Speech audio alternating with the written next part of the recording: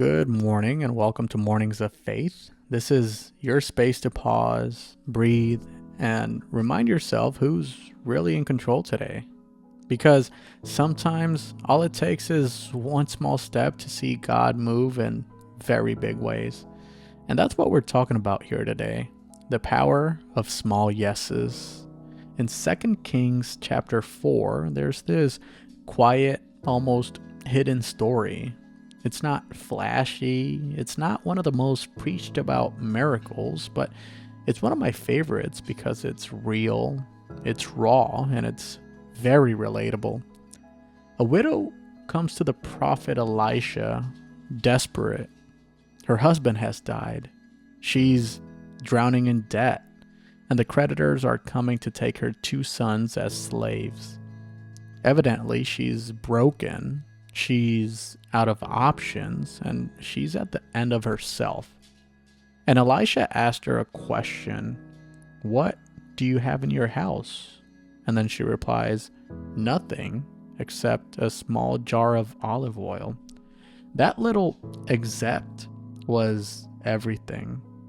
Elisha tells her to go and gather empty jars from her neighbors, as many as she can. Then go inside her house, close the door, and start pouring her little jar of oil into the empty ones. Sounds pretty ridiculous, right?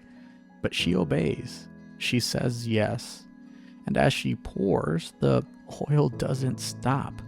Jar after jar, the oil keeps flowing until every empty jar is full. Enough for her to pay off her debts and live on the rest.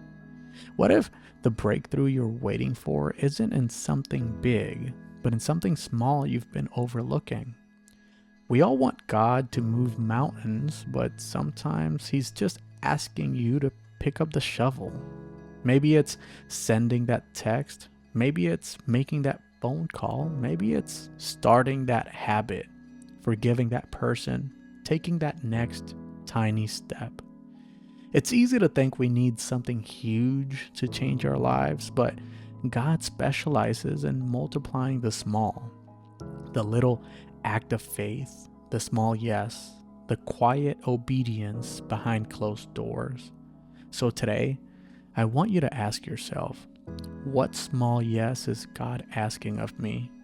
What's the thing I've been overlooking, thinking it's too small to matter?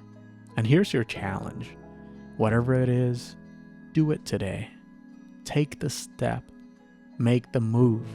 Say yes to the small thing and watch how God multiplies it. Now, thanks for spending these few quiet minutes with me this morning. If today's meditation spoke to you, share it with someone who might need this reminder too. And remember, before the world speaks to you, let God speak first. I'll see you tomorrow for another Morning of Faith.